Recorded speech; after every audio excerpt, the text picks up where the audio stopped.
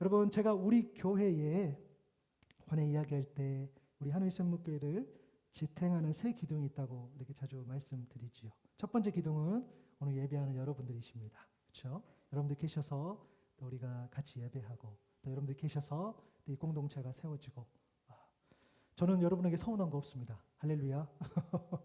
여러분 저한테 서운한 거 혹시 있을지 모르나 좀 이해해 주시고 참아 주시고, 저는 없어요. 저는 없기 때문에. 그래서 여러분들이 같이 교제해서 너무 감사하고, 그래서 우리 기둥이 하나가 있고요. 그리고 이제 두 번째는 우리 카페 공간이 기둥이죠. 실제로 비즈니스 공간이기도 하고, 그리고 앞으로 어떻게 달라질지는 모르나 성도의 교제로 사용할 수 있는 공간이긴 하지만 또 믿지 않는 그런 분들과 소통할 수 있는 기회의 공간이기도 합니다. 어제도 저희가 요즘 손님이 거의 없지만 또 어제도 또 안 믿는 그 몇 안 되는 또 단골 중에 또 오셨더라고. 그래가지고 또 오셔서 같이 빙수 드시고 했는데 제가 목사인지도 압니다. 그렇죠? 알고 저희 휴지도 드린 적도 있고 그렇게 되는데, 어찌됐든 당장은 아니지만 또 이렇게 믿지 않는 분들 만날 수 있는 기회가 있기 때문에 카페가 기둥이고요. 그리고 세 번째 기둥은 제가 축도에 늘 언급한 아론과 훌입니다. 제가 성경편지 보내는 분들 또 지인들 또 연결된 교회들, 그리고 한 달에 한 번에도 이렇게 보고도 하니까 보고를 하라고 한 교회는 한 곳도 없습니다. 그냥 제가 블로그에 우리 기록을 남겨서 이렇게 전달을 하고 있지요. 그리고 또 여기에 이렇게 또 업무차 혹은 여행차 이렇게 오셔서 저랑 관계를 맺고 하시는 분들도 또 돌아가시니까, 그래서 아론과 훌이라고 제가 또 이름을 짓고 같이 교제도 합니다. 이 받는 지역도 다양하세요. 한국에도 있고 하노이도 있는데 일본에도 계시고 또 미국에도 계시고 또 최근에는 또 스페인에도 계시고 또 폴란드에도 계세요.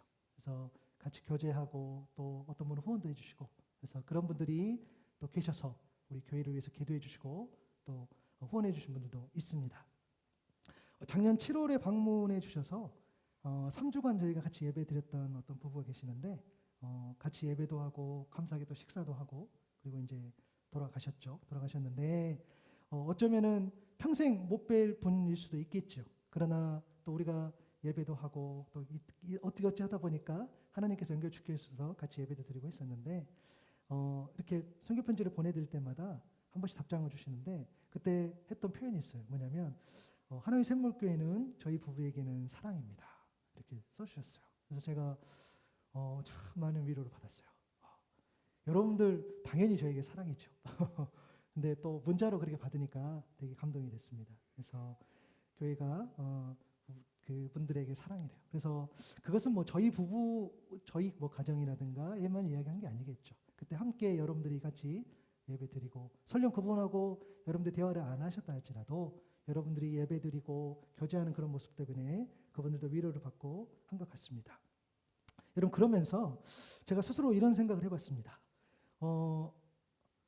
스스로에게 한 거죠. 그분들이 사랑이라고 표현했던 것이 제가 정말 사랑의 사람이고 사랑이 가득해서 그분들이 그렇게 표현하셨을까? 아니면 제가 누구든지 오시면 최선을 다해야 되니까 그냥 그러는 척, 그렇죠?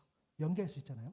그렇게 해서 그분들이 그런 표현을 썼을까라는 그런 질문을 해봤습니다. 스스로에게. 내가 그냥 오셨으니 호의로 마치 손님처럼 그렇게 하지 않았나? 아니면 제가 정말 그런 사람인가? 라는 것들을 고민해 보면서, 제가 여러분도 아시겠지만 실제로 우리가 이제 여기서 카페를 하다 보니까 저도 사람인지라 진상 손님은 받기 싫어요. 간혹 여기 이제 양쪽 뒤에가 그 맥주집이기 때문에 술 취하신 분들이 와요. 요즘에는 안 오는데 불편해요. 네, 그럴 때가 있는데 그리고 아무래도 오셔서 여러분 많이 주문하신 분과 적게 주문하신 분의 서비스가 다르겠죠. 어쩔 수가 없어요. 사람인지라 그냥 알게 모르게 그럴 때도 있습니다. 그러면서 저희 직원들을 생각해 봤어요.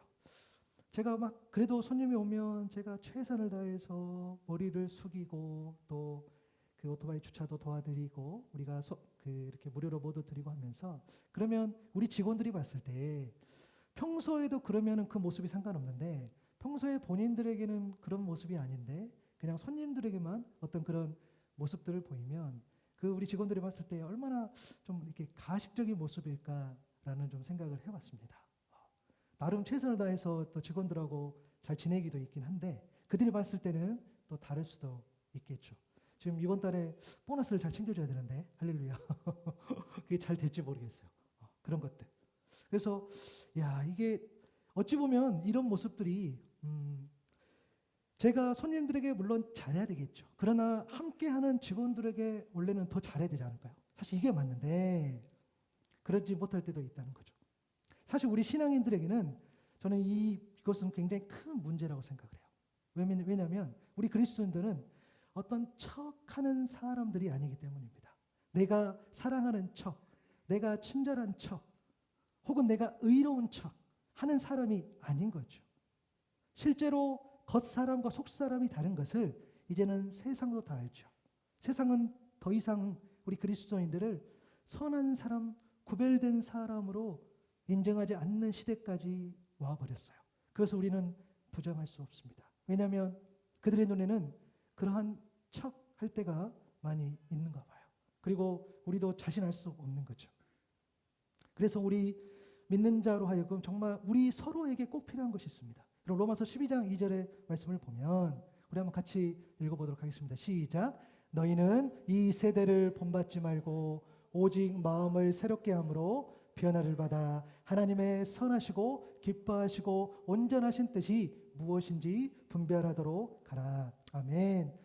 여러분, 세대는 풍조나 문화, 어떤 시대의 흐름이겠죠. 분별하라는 거예요. 면밀히 밝히고 조사해서 라는 의미가 담겨있는 이 분별. 그러니까 눈에 보이는 대로 감정대로 자기의 경험만으로 그런 것들이 아니라 명확한 기준을 가지고 면밀히 밝힘으로 분별하는 것을 이야기하는 겁니다. 여러분, 좋은 그리스도인은 직분으로 분별할 수 없습니다. 그렇죠? 연륜과 경험으로 어떤 사역으로 그 일들이 정말 하나님이 기뻐하신 일인지는 사실은 그래 눈에 보는 것으로 우리가 분별할 수 없죠. 하지만 우리는 분별해야 되고 또 분별할 수 있어야 되고 그래야 나도 살고 여러분도 살고 우리 모두가 사는 거죠. 정확히 우리가 하나님이 아닌 이상 무언가를 100% 분별할 수는 없겠으나 우리는 하나님이 원하시는 쪽으로 판단할 수 있는 분별이 필요합니다. 오늘 본문에는 우리가 그렇게 어렵지 않게 이해할 수 있는 그런 열매에 관한 이야기가 나와요. 성경에는 다양한 열매 이야기가 기록되어 있는데 오늘 우리가 이야기는 기본적으로 선명하고 명확한 어떤 보편적인 진리가 담겨 있습니다.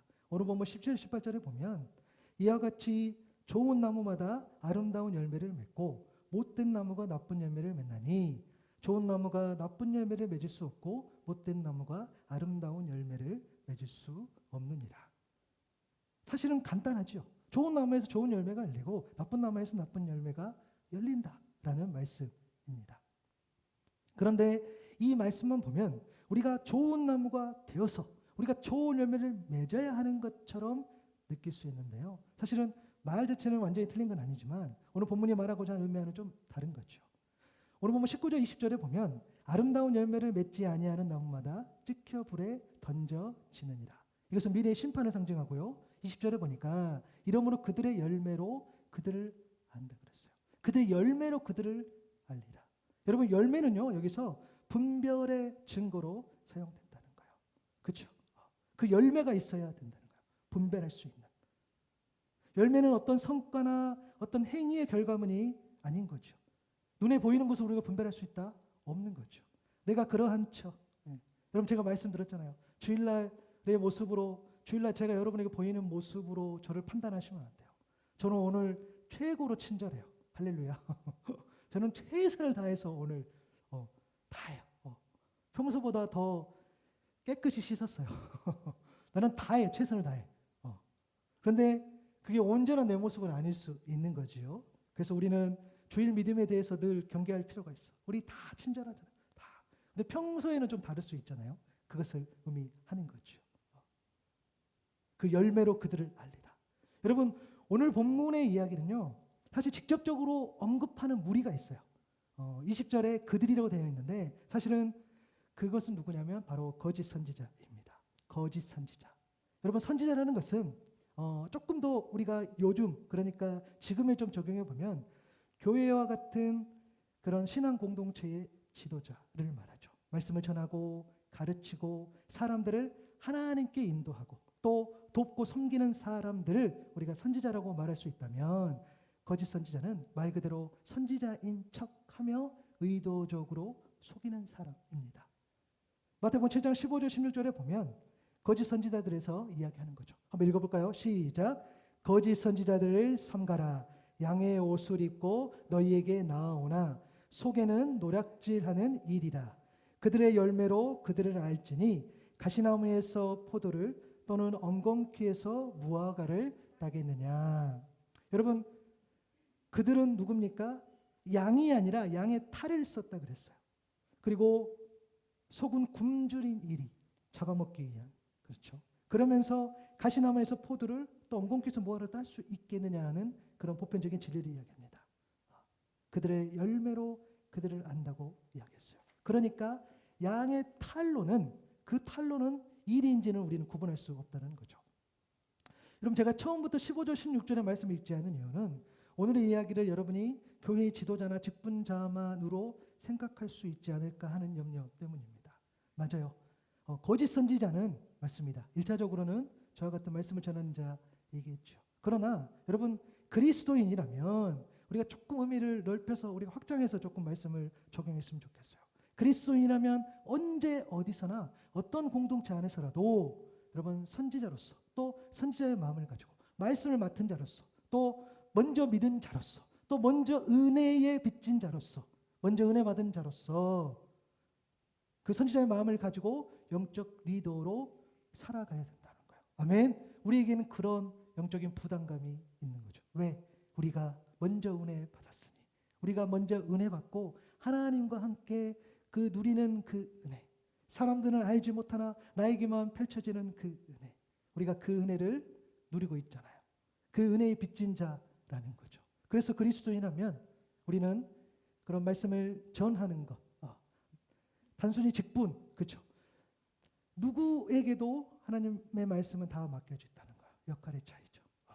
그래서 제 역할이, 오늘 여기에 서는 게 제 역할이기 때문에 제가 서 있는 것이지, 또 설교자로 부름을 받았기 때문에 서 있는 것이지, 여러분 각자의 자리에서 말씀을 맡은 자로서 부름 받았습니다.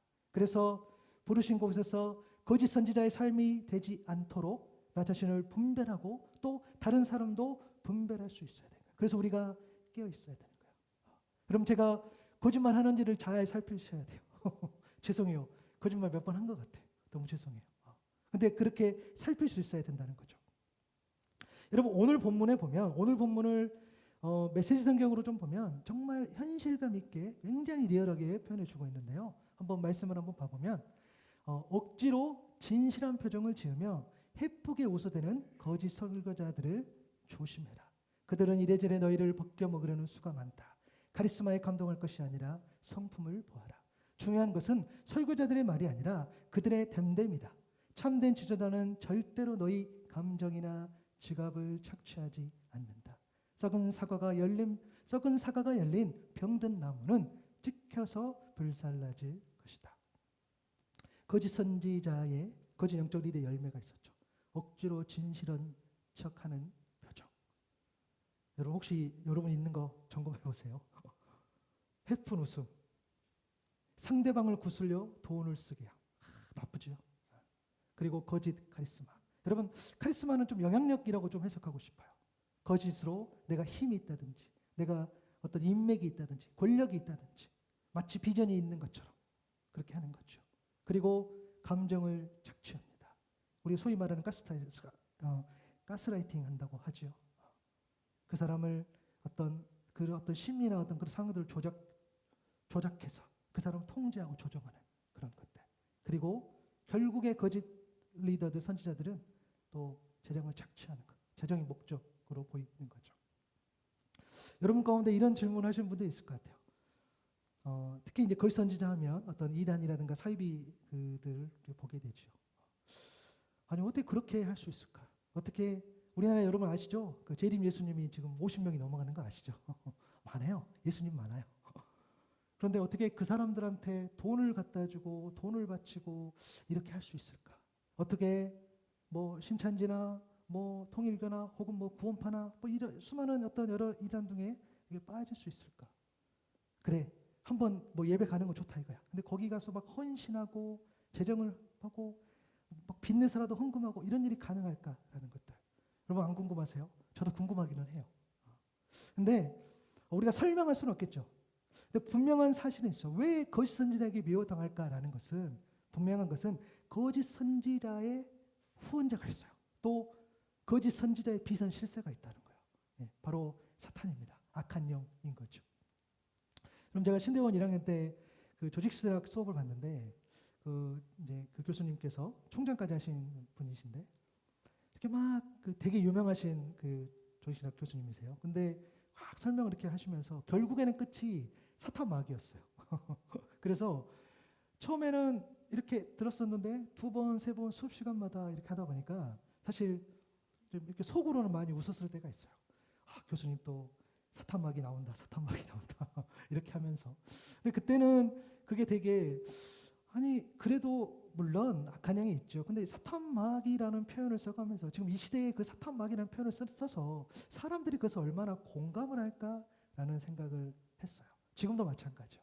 이게 사탄이 한 짓이다. 이게 마귀가 한 짓이다라고 한다면 사실 우리가 선뜻 그 말에 아 그렇습니다라고 동의를 못 한다는 거죠.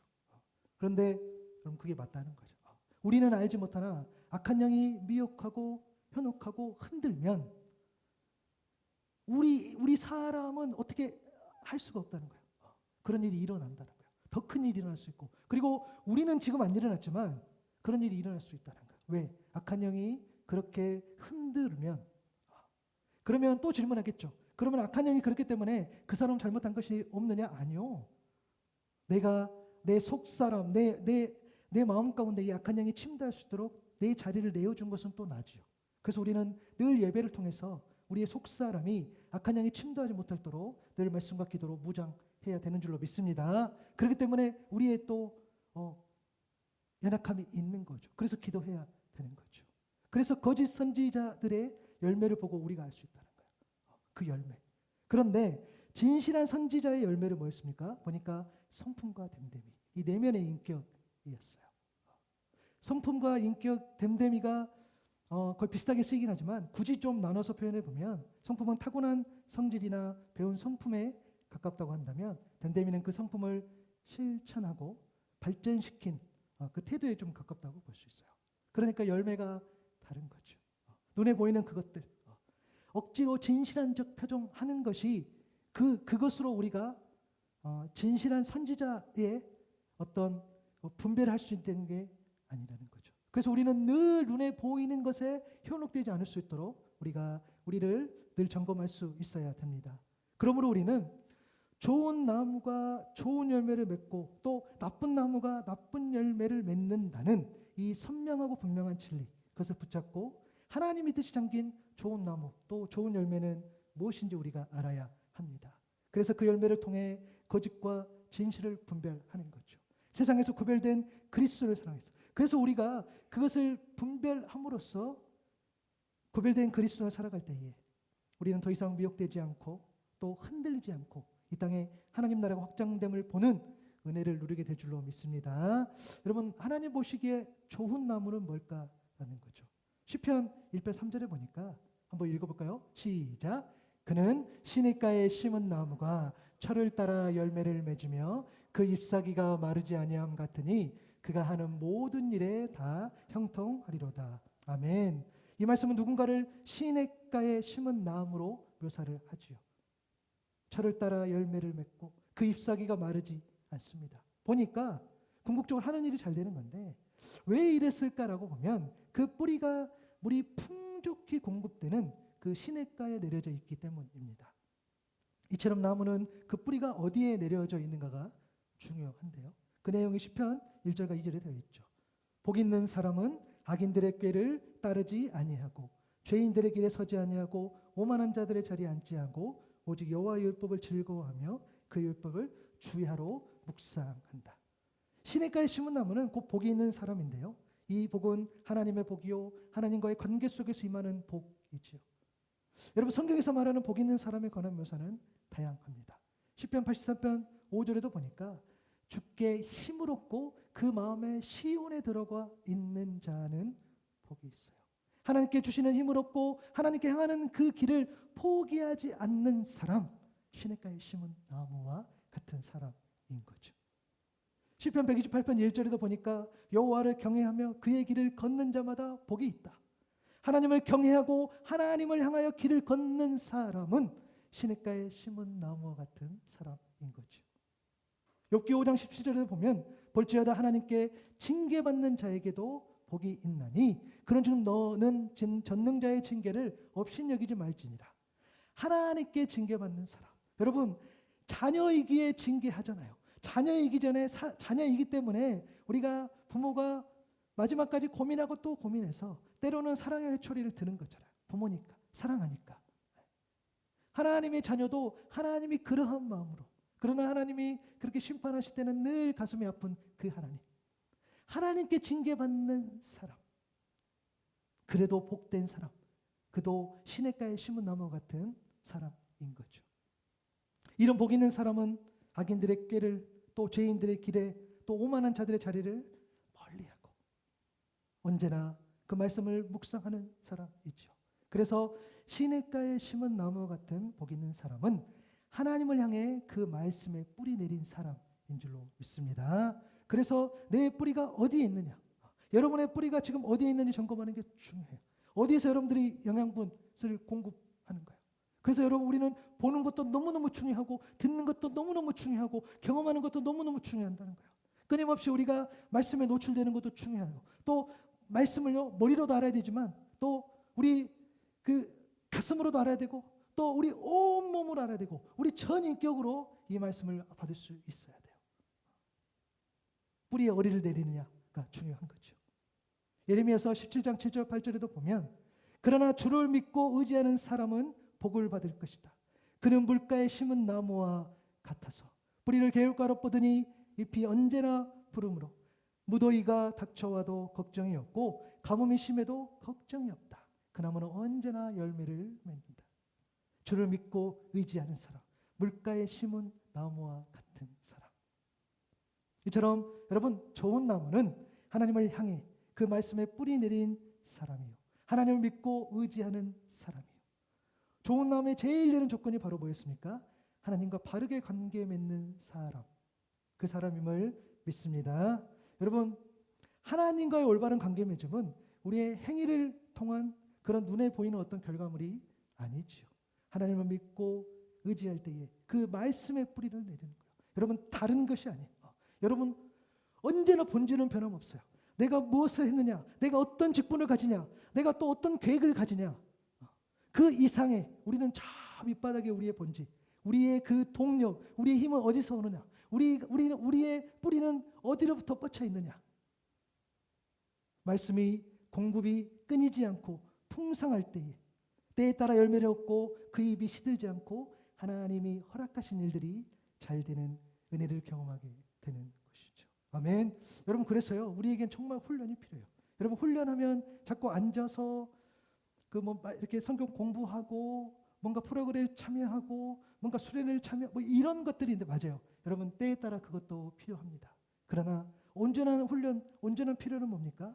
내가 그 말씀 가지고 살아내는 것, 내가 말씀대로 또 살아냈을 때에 내가 이번에 이 말씀으로 살아내지 못한 것에 대한 슬픔도 있고 아픔도 있고 연약함도 있지만 끊임없이 그 훈련이 필요하다는 거죠.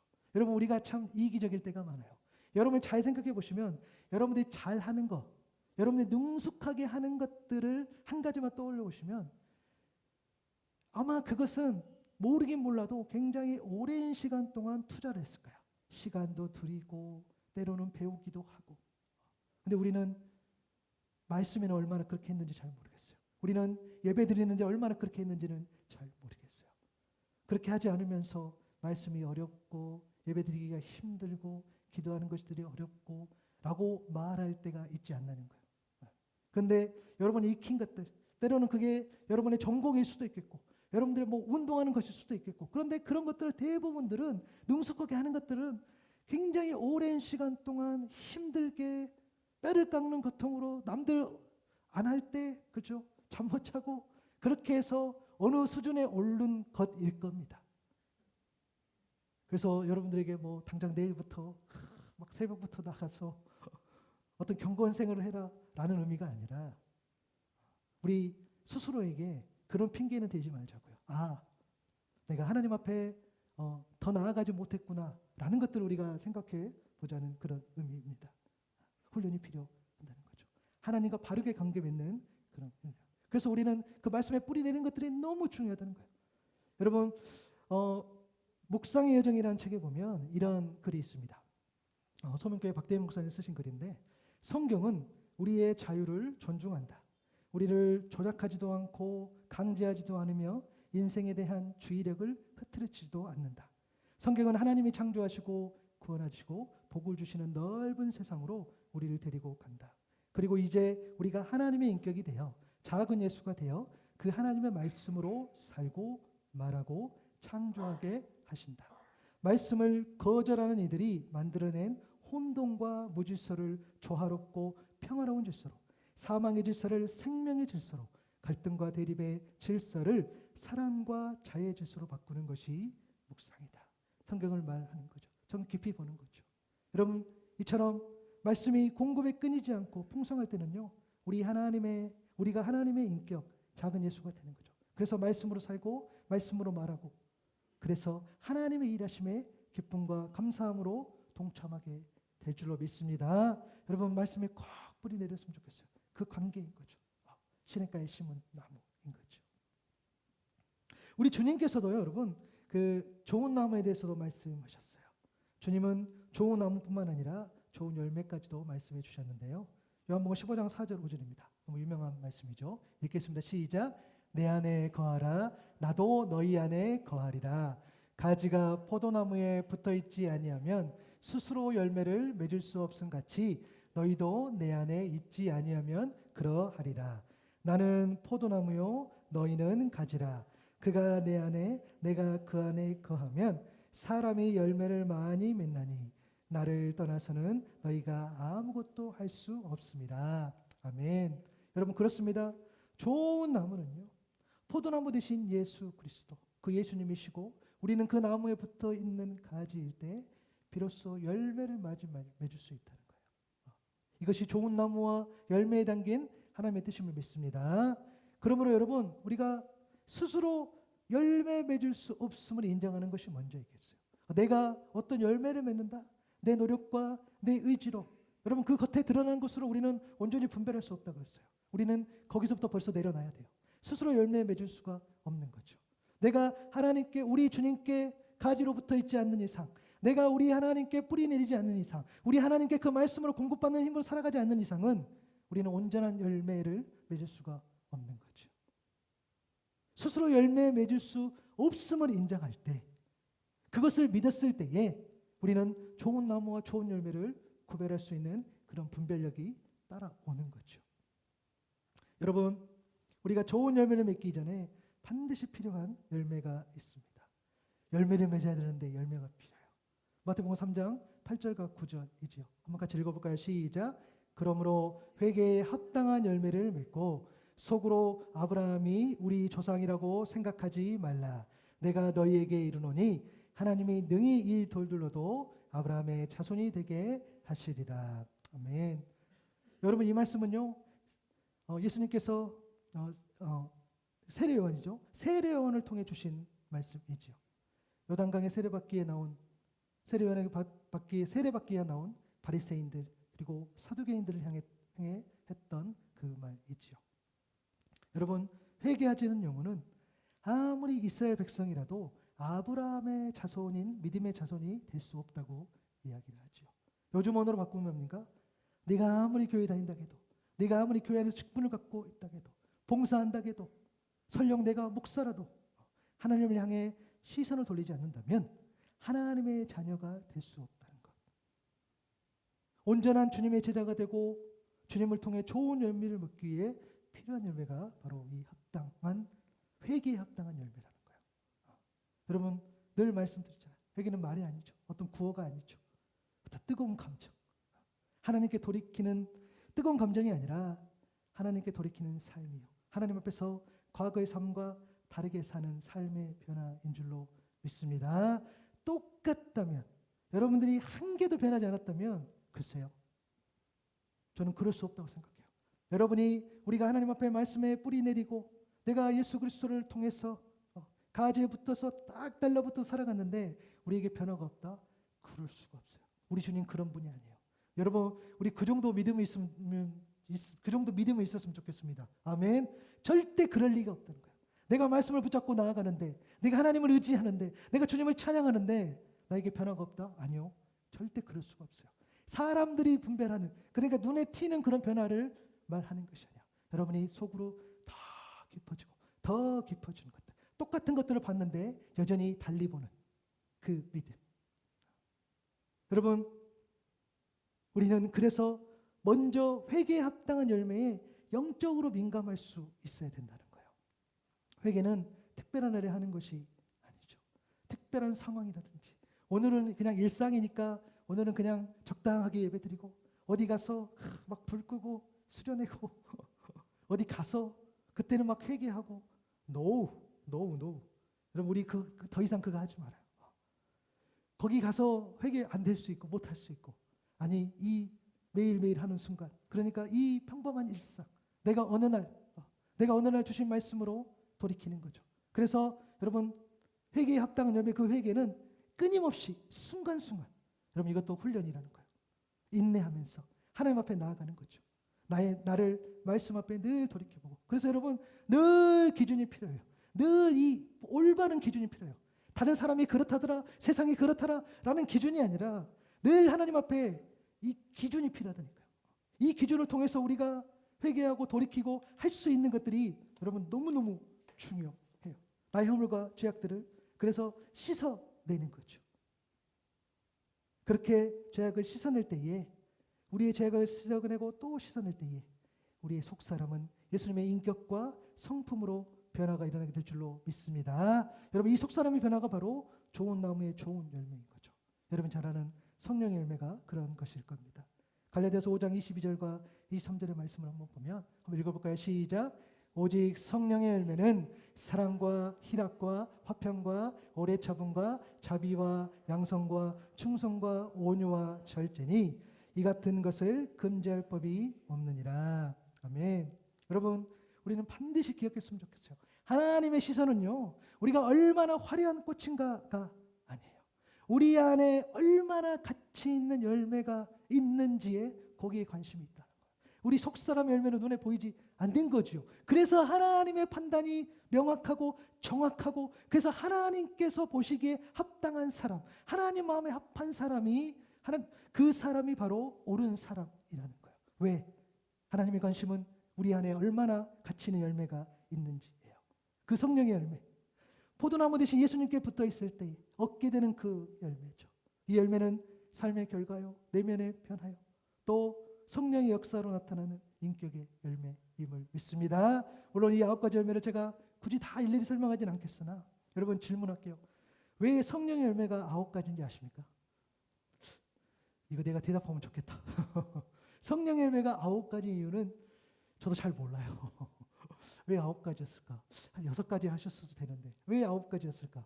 우리는 잘 모릅니다. 그러나 제가 한번 개인적으로 묵상을 해봤어요. 여러분, 사실 이 성령의 열매가 예수님의 인격이라는 한 가지 열매이기죠. 그러나 사랑과 희락과 화평과 오래 참음과 자비와 양성과 충성과 온유 절제는 또 9가지 열매이기도 합니다. 이렇게 다양한 열매를 말씀하신 이유는 어쩌면 우리의 부르심의 주체가 한 분 하나님이시오. 그러나 우리 각자의 부르심은 다 다르고 다양하기 때문에 누군가는 사랑의 인격, 그러니까 은사와 같은 개념이겠죠. 누군가는 희락이, 누군가는 화평이, 누군가는 오래 참음이, 누군가는 자비가, 누군가는 양선이, 누군가는 충성이, 누군가는 온유가, 또 절제가 더 나타나는 거죠. 그 인격으로. 우리가 그 9가지가 다 풍성하면 좋겠지만, 여러분, 단 한 가지라도 우리 안에 나타난다면, 단 한 가지라도 내가 더 나타난다면 어쩌면 세상에서 구별될 수 있는 그리스도인으로 살아갈 수 있다는 거예요. 그 삶의 향기를 펼칠 수 있다는 거예요. 누구나 다 사랑의 사람이 될 수는 없겠죠. 그러나 여러분들 중에 누군가가 더 사랑의 사람으로, 누군가 더 온유의 사람으로, 누군가 더 능력의 사람으로, 누군가 더 절제의 사람으로, 누군가 더 오래 참음으로 살아간다면 그것이 귀한 열매가 될 수 있을 줄로 믿습니다. 여러분, 오늘 이 말씀을 통해서 우리가 나무 열매에 담긴 하나님 뜻에 관해서 이렇게 묵상을 좀 해봤는데요. 열매는 나는 누구인가에 관한 어떤 나가 누군지, 그렇죠? 나의 어떤 존재에 대한 그런 증명이었어요. 그 열매는 좋은 나무가 나쁜 열매를 맺을 수 없죠. 못된 나무가 아름다운 열매를 맺을 수 없듯이 열매는 그 사람의 정체성을 분별하는 명확한 증거라는 거예요.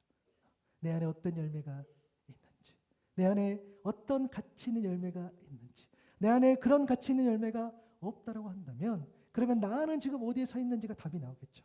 내가 말씀에 뿌리를 두고 있는 것인가? 내가 포도나무 대신 예수 그리스도에 딱 달라붙어 있는 것인가? 그런 것들이 있지 않다면 우리 안에는 좋은 열매가 있을 수 없겠죠. 여러분, 우리 겉모습에 속지 않기를 바랍니다. 그리고 겉모습을 내세워서 살아가지 마십시오. 그렇지 않기를 바랍니다. 그런 의미에서 여러분 저를 더 많이 기도해 주세요. 제가 거짓으로 여러분을 섬기지 않을 수 있도록. 제가 늘 막 무서워요. 두려워요. 거짓으로 웃고 있는 거 아니야? 여러분들이 하실까 봐. 네, 무섭단 말이에요. 저는 그냥 정말 기쁨과 즐거움을 하고 있는데 그러지 않을 수 있잖아요. 여러분, 단순한 직분, 어떤 사역의 경험으로 혹은 겉으로 드러나는 어떤 무슨 화려한 그런 무언 것으로 여러분 그것은 진짜 모습이 아니라는 거예요. 여러분도 그런 모습이 되면 안 되고 여러분도 그러한 모습에 현혹되면 안 된다는 거예요. 어찌 보면 여러분 교회의 분열이 세상 사람들의 공격이 아니라 우리 안에서, 우리 공동체 안에서 오히려 우리 안에서 서로 분별하지 못하고 우리 안에서 서로 가치 있는 열매를 우리 속사람에게 키워내지 못한다면 무너지겠죠. 우리 안에 벌써 겉모습을 내서 살아간다면 아니요. 우리는 성품과 됨됨이로 우리 자신을 증명하는 거예요. 여러분의 성품이, 여러분의 됨됨이가, 여러분의 인격이 더 깊어져서 그 열매로 여러분들 분별될 수 있기를 바랍니다. 좋은 나무는 시냇가에 심은 나무였어요. 하나님 말씀을 즐거워했죠. 그래서 그 말씀의 뿌리 내림으로 공급받는 삶을 의미합니다. 또 좋은 나무는 우리 구원자 되신 예수 그리스도. 우리 스스로 열매 맺을 수 없기 때문에 우리는 주님 안에 거할 때 풍성한 열매를 맺을 수 있는 거죠. 여러분, 회개에 합당한 열매, 그 열매로 인하여서 우리가 꼭 전제되는 그 회개가 꼭 필요합니다. 여러분 잊지 마십시오. 여러분 일상에 되기를 바랍니다. 또 회개하라 그런다? 아니요. 계속 이야기. 언제까지? 그냥 주구장창 매일매일 우리가 돌이킬 수 있어야 돼요. 그렇죠? 그리고 우리 속사람이 변화될 때 나타내는 그 성령의 열매, 그 열매 중 단 하나라도 우리 삶의 향기로 나타날 때 의미가 있는 거죠. 그래서 여러분 할 수만 있다면 그 9가지 중에 여러분의 부르심에 따라 단 한 가지 열매라도 삶의 향기로 풍성하다면 너무너무 좋을 것 같아요. 우리가 다 오래 참을 수 없고 우리가 다 자비로울 수 없다면 내가 좀 오래 참지요. 여러분들 중에 누가 더 충성하시고 여러분들 누가 더 온유하시고 여러분들 중에 누가 더 절제하면 되잖아. 우리가 기본적으로 글쎄의 인격과 품격을 갖고 있지만 그것보다 한가 더 가서 누군가보다 우리의 그 열매가 하나 더 정착된다면 그것은 여러분이 속한 공동체에게 큰 유익이 될 줄로 믿습니다. 여러분 우리는 그냥 살면 안 돼요. 우리는 그냥 살면 안 돼요. 우리는 확실하게 구별되고 분별 있게 살 수 있어야 된다는 거죠. 그렇게 하지 않고서는 이 땅에 너무너무 지금 이 시대가 그리스도인들에 대한 그런 시선이 어렵기 때문에 이제는 겉모습으로는 절대 안 된다. 오로지 전공법으로, 오로지 여러분이 진짜 사랑의 사람이 되어서, 여러분이 정말 오래 참는 사람이 되어서, 여러분이 정말로 충성과 자비와 절제하는 그런 사람이 되어서 그 내면의 그 열매로 그 세상 사람들에게 우리가 증명될 수 있어야 된다는 거죠. 진짜 신앙의 승리는 내가 무엇을 하느냐보다 내가 누군가에 달려있는 줄로 믿습니다.